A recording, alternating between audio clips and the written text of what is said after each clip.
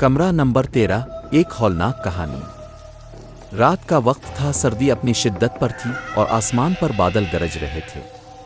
मैं एक पुराना होटल तलाश करते करते एक सुनसान इलाके में पहुंच गया, जहां एक बोसीदा इमारत मेरे सामने आई। बोर्ड पर लिखा था होटल गुलजार। अंदर दाखिल हुआ तो होटल का मुंतजिम, एक बूढ़ा शख्स, मुझे देखते ही बोला, कमरा तो सिर्फ एक बचा है, कमरा नंबर 13। लेकिन खबरदार, इसमें कुछ अजीब है। मैं थका हुआ था, सो ज्यादा सोचे बगैर चाबी ले ली। कमरा नंबर 13 में दाखिल होते ही एक ठंडी लहर मेरे जिस्म में दौड़ गई। कमरा बज़ाहिर साफ सुथरा था, मगर फिजा में एक अनजानी सी घुटन थी। मैंने सोचा, बस वहम है। रात का वक्त, खामोशी और अंधेरे में सिर्फ दीवार पर लगी घड़ी की टिंक टिंक सुनाई दे रही थी। अचानक वॉशरूम से पानी गिरने की आवाज आई। मैंने दरवाजा खोला। नल बंद था, पर जमीन पर पानी बह रहा था। फिर एक अजीब वाकया हुआ।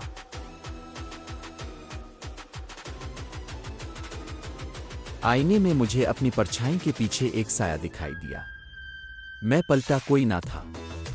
दिल की धड़कन तेज हो गई। मैंने खुद को संभाला और लाइट बंद करके लेट गया। रात के ठीक 3 बजे दरवाजा खुद ब खुद चरचराते हुए खुला।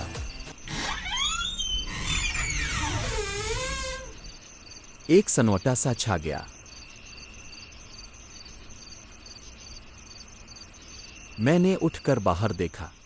लंबा सिया लिबास पहने एक औरत हाल में खड़ी थी।